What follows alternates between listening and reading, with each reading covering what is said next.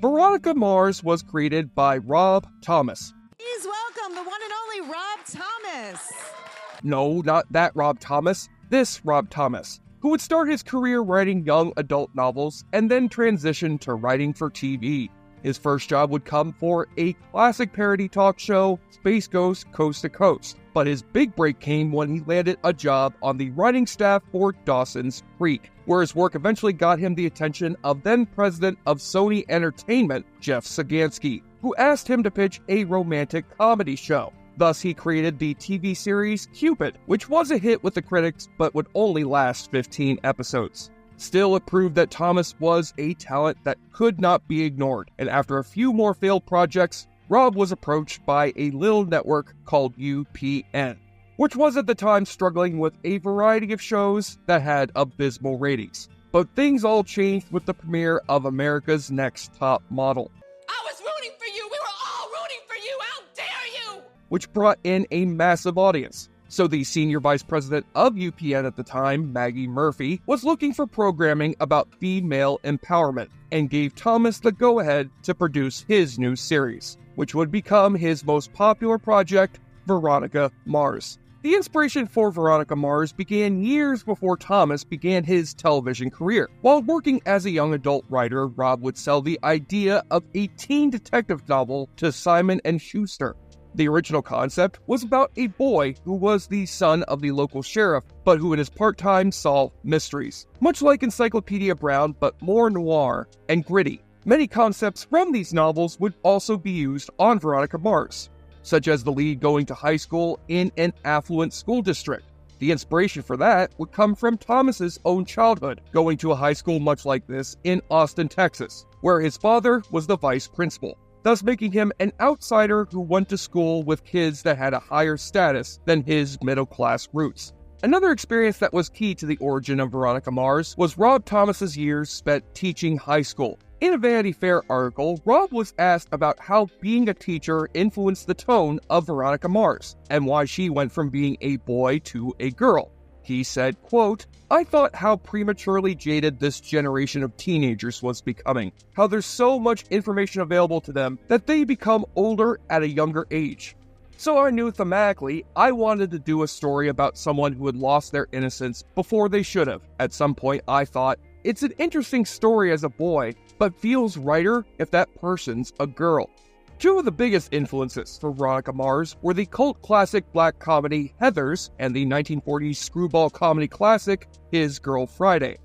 As for how Veronica got her moniker, Thomas wanted to pick a badass name, and felt that Veronica sounded very noir, with the last name Mars being inspired by the drummer of one of his favorite bands, Chris Mars from The Replacements.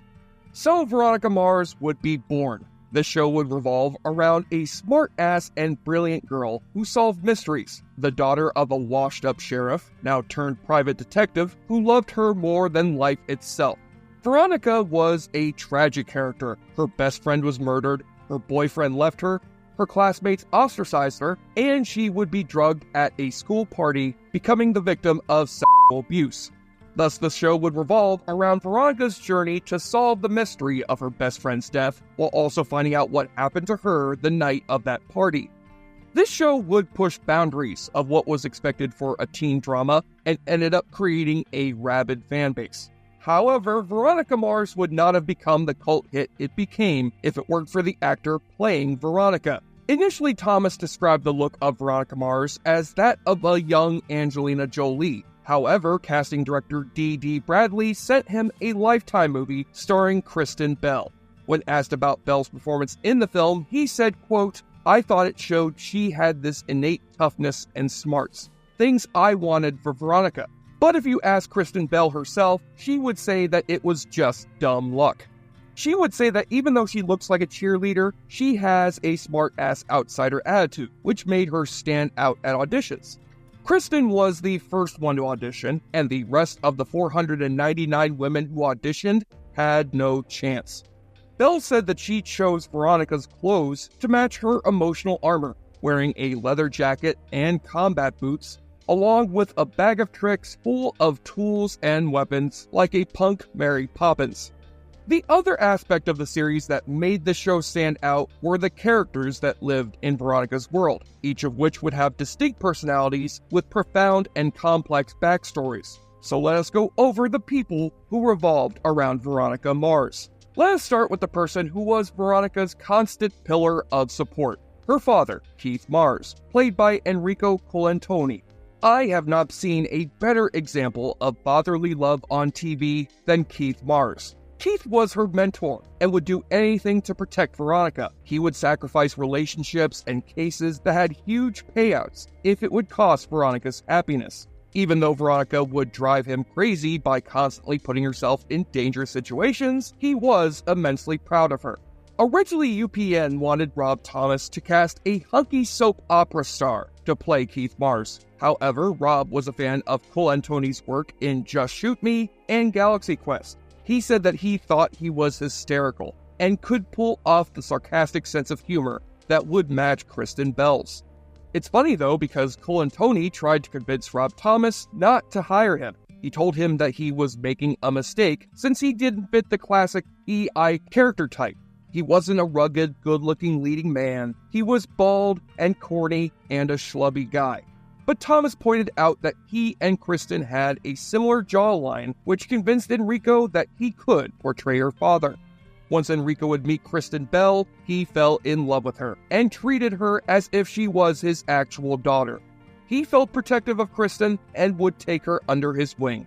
As for Veronica's best friend and moral center, Wallace Fennell, he would be played by Percy Daggs III. Wallace was Veronica's rock and moral center, who would keep her grounded and would often be her partner in crime. If there was anyone Veronica could count on, it was Wallace.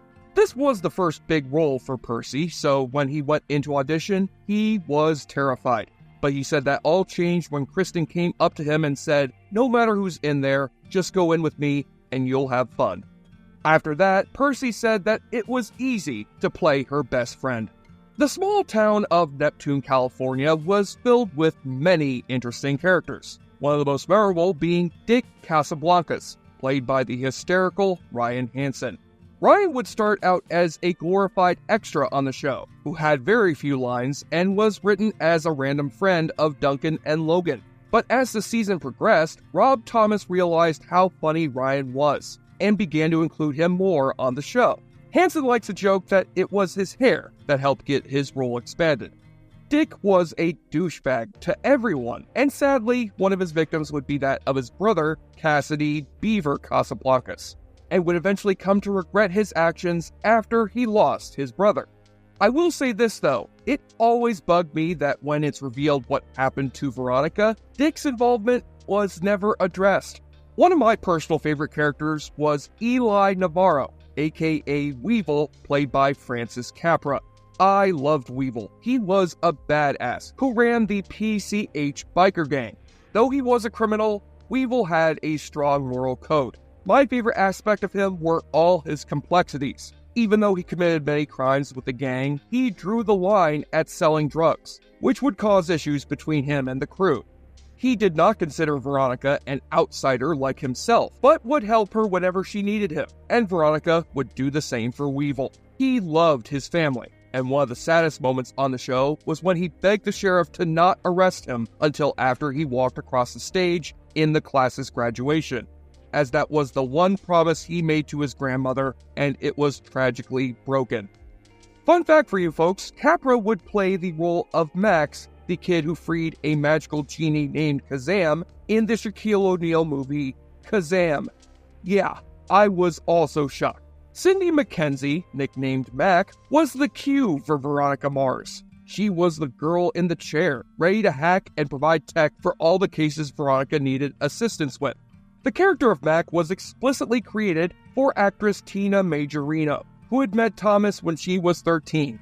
Being a fan of his books, Majorino interviewed him for a book report, and the two became friends, with Thomas vowing to use her in one of his future projects. I like Mac's personality. She was a geek, and equally as snarky as Veronica, but also had a sad backstory.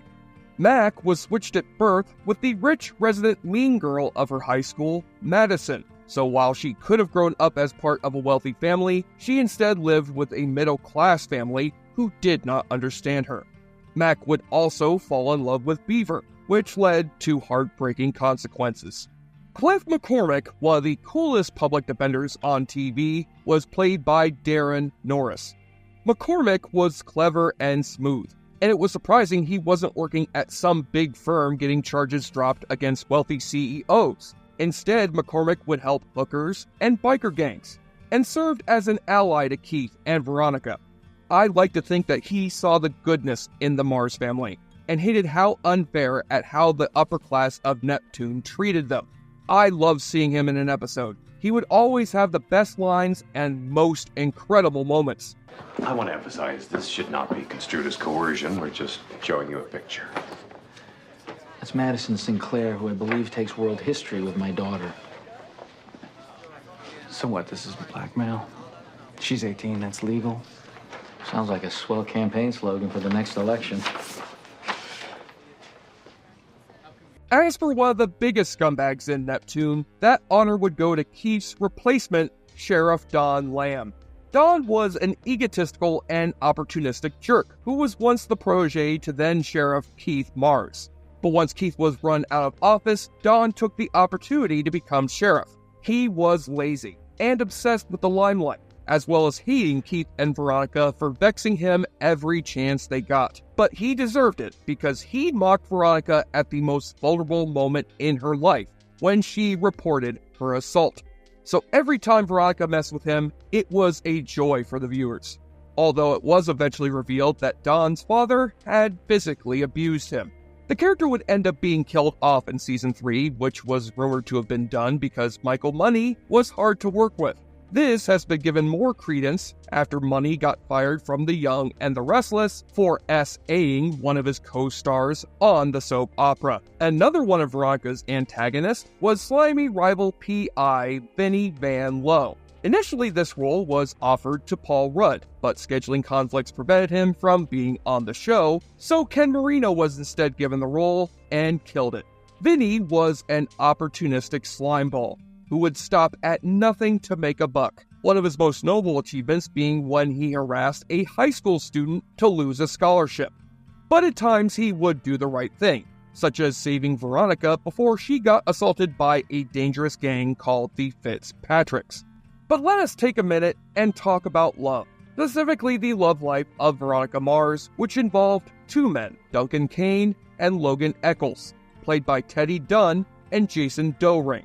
Duncan Kane was the son of the wealthiest family in Neptune, as well as being the brother of her best friend, Lily Kane, and Veronica was deeply in love with him. It was her relationship with Duncan and his sister Lily that shaped who she would become. Duncan didn't care that she wasn't part of the affluent society. He saw the brightness inside of Veronica and would defend her from his parents and his stuck-up friends. But then, out of nowhere, Duncan broke up with Veronica, followed by her best friend and Duncan's sister, Lily Kane, getting murdered. Keith Mars was the sheriff at the time and was convinced that Duncan's father was behind his sister's murder. Because of this, the Kanes used their power to throw Keith out of office and made the Mars family the town pariahs, with Veronica's friends turning their backs on her. Sadly, it was because of that Veronica decided to go to a wealthy student's party, which would change her life. Her motivation for attending the party was to prove to Duncan and her former friends that she didn't care what they thought of her. Veronica was stronger than they were and would overcome the social stigma that she dealt with. But sadly, fate had darker plans in store. During the party, Veronica would be drugged and fell victim to a predator. She would carry the emotional scars for the rest of her life. But as to be expected of Veronica Mars, she used her pain to fuel her motivation for solving Lily's murder. It's later revealed that Veronica's mother and Jake Kane had a sexual relationship in high school, which led to questions about Veronica's parentage and would be the reason why Duncan broke up with her. This whole subplot would play out during Season 1, leading to an explosive confrontation between Duncan and Veronica, where he tells her that the reason he broke up with her was that he was told that she may be his half-sister. Luckily, it turned out that Veronica was, in fact, Keith Mars' daughter. Season 1 portrayed Duncan as a psychologically damaged young man. He was seen as the golden boy by everyone, good-looking, rich, kind towards others, and a strict sense of right and wrong. But the truth was that he had type 4 epilepsy, which would lead to uncontrollable, violent, emotional outbursts. He'd also black out and have no memory of events during these episodes. It was because of this condition that the Canes believed that he had murdered Lily. The actor who played Duncan, Teddy Dunn, struggled with portraying Duncan's mental illness and felt that his choices alienated his character from the audience. I have to agree, Duncan was a boring character, and the over-the-top choices Dunn made regarding his portrayal of his disease were a joke. And that's why Veronica's true love, Logan Echolls, entered the picture. This role would be played by Jason Dohring, who originally read for the role of Duncan Kane, but it became evident he wasn't right for that role. So instead, he read for the role of Logan, which was described at the time as Duncan's psychotic jackass best friend. During the audition, Jason performed a scene where Logan's father abuses him by burning him with a cigarette lighter. And once the scene was over, Rob Thomas hugged him and told him that he had the role. But he would not use that scene in the show because it freaked everyone out. At first, Logan is an antagonist to Veronica. He was Lily's boyfriend and hated the Mars family for their actions after her death. Logan loved Lily, but as the first season began to progress, he learns that she didn't love him, or anyone in particular. Lily was a free spirit who had many lovers. Now, as you may have guessed, Logan was also physically abused by his father, a self-absorbed actor named Aaron Eccles. One of the most disturbing scenes involving him on the show was when he sent Logan to pick the belt he would use to beat him. As the first season progressed, Rob Thomas and his writers began to see the undeniable chemistry between Kristen Bell and Jason Dohring. But the two actors were confused and thought it was a horrible idea.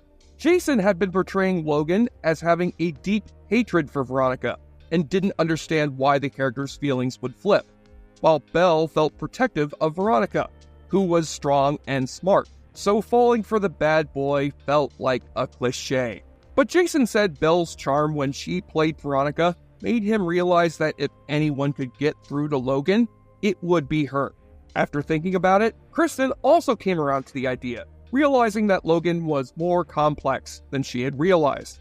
Sadly, this would leave Dunn out in the cold. The plan would be that Duncan and Veronica were meant for each other, but that soon changed and Duncan's part became smaller, so his storylines with Veronica felt forced.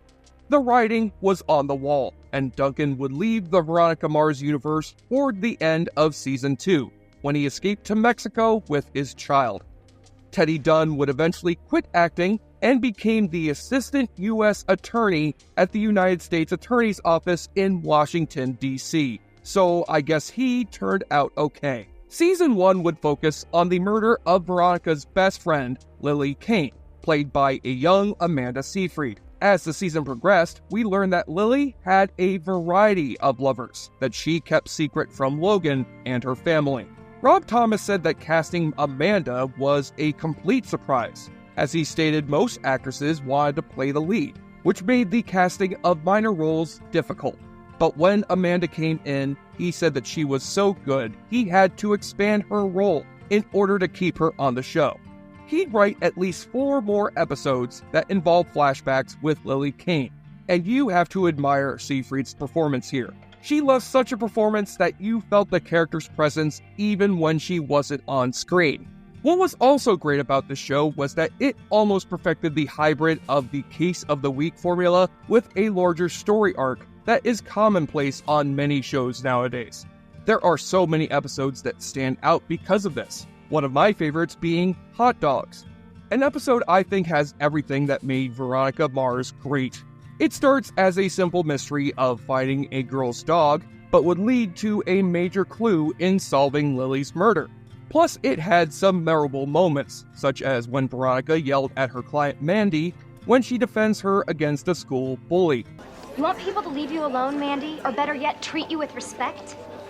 Demand it. Make them. This episode would also have Aaron Eccles beating the living crap out of the man who hit his adoptive daughter. One of the best parts of Veronica Mars was the comedy. All these years, I still chuckle whenever I remember Kristen Bell's excellent comedic delivery. So what do you think then? About us getting busy? Can I have your beer? Sure. Ah, the pretend to be digging in the fridge rather than spying on your daughter ploy? Bravo. Veronica, we need to talk.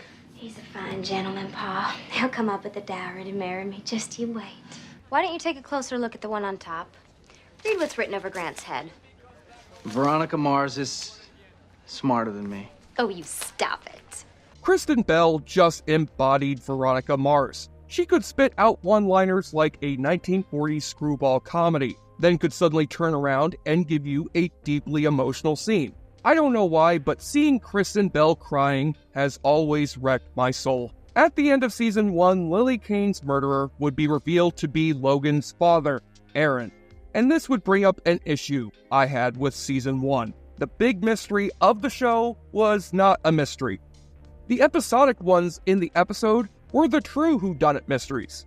You see, what makes a great detective show was that it gives the audience that chance to solve it, even before the character knows. But with the arc of this season, you just didn't get that opportunity. Don't get me wrong, I loved the reveal at the end of the season, but you had no way of knowing who did it. Aaron did not appear until the 13th episode of Season 1, and by that point we had been thrown at least 3 people as possible culprits. Each of those characters had a clear connection to Lily, while Aaron Eccles, on the other hand, didn't have any, until it suddenly revealed that Lily had been sleeping with him. In my opinion, though, Season 2 would have the best mystery of the entire series, with the season's central arc being the death of a group of high school students after their bus falls off a cliff. Unlike Season 1, this season's episodic episodes and main arc were perfectly aligned. Each one fleshed out Veronica's character and the world of Neptune. It also had more clues that actually gave you a chance to solve the mystery yourself of who killed these kids.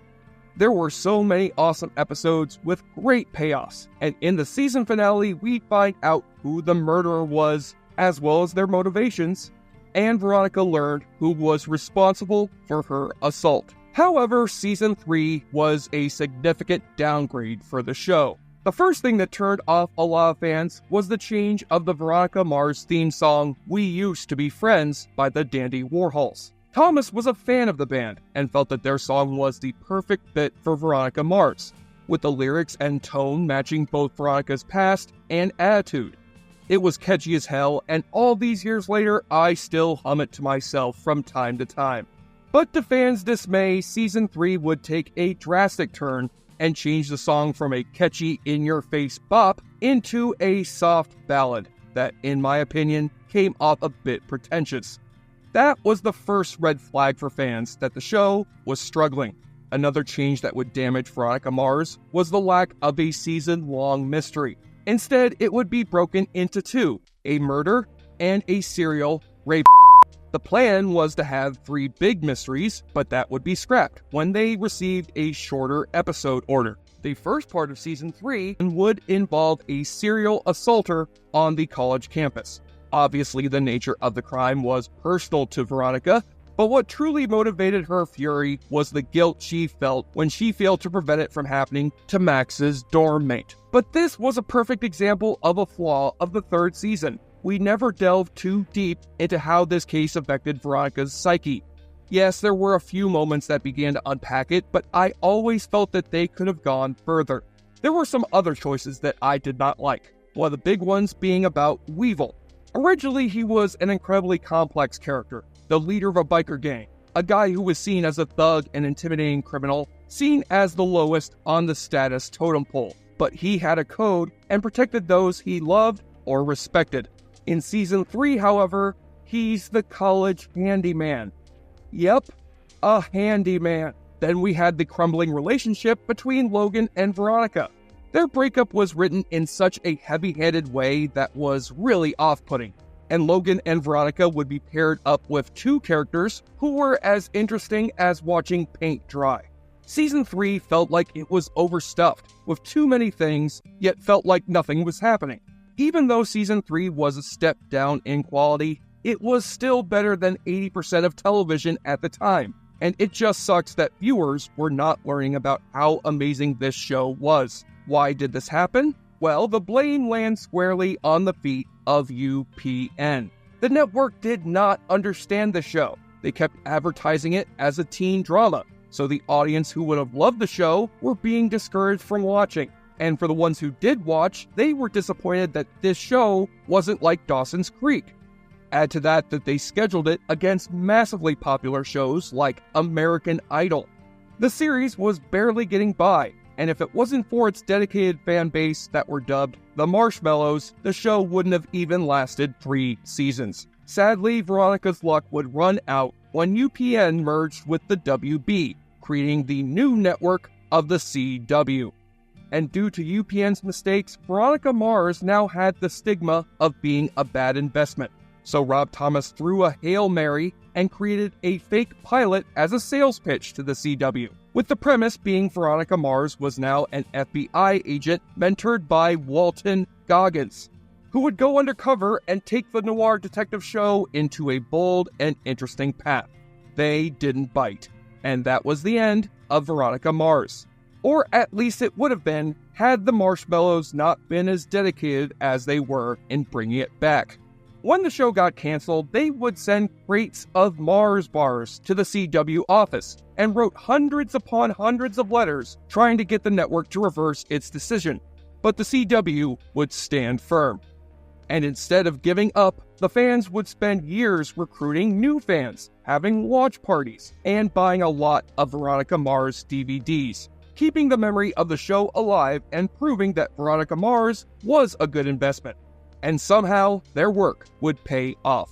In 2013, Rob Thomas got the idea to use Kickstarter as a way to fund a Veronica Mars movie. Kristen Bell and the rest of the cast would become involved, and on March 13, 2013, they would ask fans to donate $2 million to make a Veronica Mars movie. In just under 11 hours, they had reached that goal, and by the time Kickstarter had ended, they raised a total of $5.7 million. Thus, work would begin on the Veronica Mars movie. Its plot would revolve around Veronica Mars returning to Neptune and quickly being swept up in a mystery.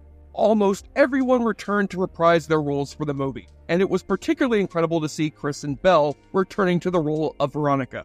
She was now older and wiser, but still the snarky investigator who could be a vicious adversary to her enemies. But she was also ashamed of the price her skills cost those around her, and shunned her gift. The film also had the blessing that now they didn't have the restrictions of the TV series. There was no more teen drama, it was now a full-on noir detective story, with compelling characters that you had spent 3 seasons getting to know them. Best of all, it looked like a classic noir movie, with dark shadows and less color than what you had seen on TV. The chemistry between Kristen Bell and Jason Dohring was still there, as powerful as ever. The movie gave the fans what they wanted in fulfilling the love story they had craved for years: Veronica Mars and Logan Echolls. However, that would create an interesting dilemma for Rob Thomas. He loved the fans for giving him the opportunity to play around again in the Veronica Mars universe. However, he now felt that because the fans had put so much energy and money into giving him that opportunity, he felt he was forced to write the movie as fan service. Thomas had no choice. He had to bring Veronica back to Neptune. He had to write about what had happened to the former Neptune High students. And Thomas also had to have the film involve the love story between Veronica and Logan. Thomas was in a box, feeling frustrated and creatively trapped, having to follow rules that he couldn't break, or else he would be spitting in the Marshmallows' faces. However, the film was a success, so much so that Hulu then contacted Rob Thomas to order a new Veronica Mars revival series. Season 4, as everyone dubbed it, revolved around Veronica trying to catch a mad bomber terrorizing Neptune, with characters from the Mars universe returning and the world of Neptune getting further developed. But it was in Season 4 that Thomas began to bend and even break the rules that he felt had become a leash. The first thing he did was have Veronica reject Logan's marriage proposal. The fans were angry, but Thomas explained that Veronica would naturally not want to take that step. She grew up watching marriages fall apart all around her, and day in and day out, husbands and wives would come in asking her father to prove that their partners were cheating. Veronica also saw her mother abandon her family because of being ostracized by Neptune's high society and fell into alcoholism. But the real breaking point for fans came with the series finale, when Logan would be killed in an explosion. The Marshmallows were furious, and a big chunk turned on Thomas, whose reason for killing Veronica's true love was that he wanted her to have further adventures, and she couldn't do that with a husband waiting around at home. Thomas wanted Veronica to go on the road, solving mysteries, having the freedom to take the story wherever he wanted. But the damage was done. Those who were once loyal to the show were now spurned lovers, and the backlash was earth-shattering. Because of this, and allegedly bad streaming numbers, Hulu declined to renew the show for another season, thus marking the end of our favorite snarky detective. Veronica Mars is a truly fascinating study in parasocial relationships with fans, and their effects on the success of the content they love. How can you please the people who supported you, but at the same time stay true to yourself? How much power can a fan base have on the property they are so invested in? It's an interesting question that I still see today with the rise of popular YouTubers, streamers, and TV series. There's just no denying that those who love you can also destroy you. But now I suppose I should answer the question we always ask on God But Not Forgotten. Should this show come back? Do we need further adventures with our favorite snarky PI? Well, I say yes. In fact, hell yes. Even though I was not thrilled at the controversial choice that Rob Thomas made, I still think that a world with Veronica Mars, but without Logan Echolls, would be one worth visiting. And it would be the perfect time to bring the series back, as mystery shows are on the rise again, with shows such as Poker Face and The Residents, not to mention the Knives Out movies. Plus, let's be honest, we all need more Kristen Bell in our lives. Now, if you're interested in revisiting Neptune, it's gonna cost you. To watch the original 3-season series, you'll need to rent or buy it on Amazon. A Cinemax subscription is the only way that you'll be able to watch the movie, while the 4th season resides on Hulu, or Disney Plus, or whatever the hell it is. It is worth it though, because for the most part, this show still holds up, which is a testament to the excellent writing it had, and the performances from both the cast and guest stars, some of which have now gotten huge roles in film and TV. So if you're interested in jumping into a gritty noir detective story with all the emotions and baggage of high school, then sit back and watch a snarky teenage PI kick some ass. Just make sure to watch out for her taser.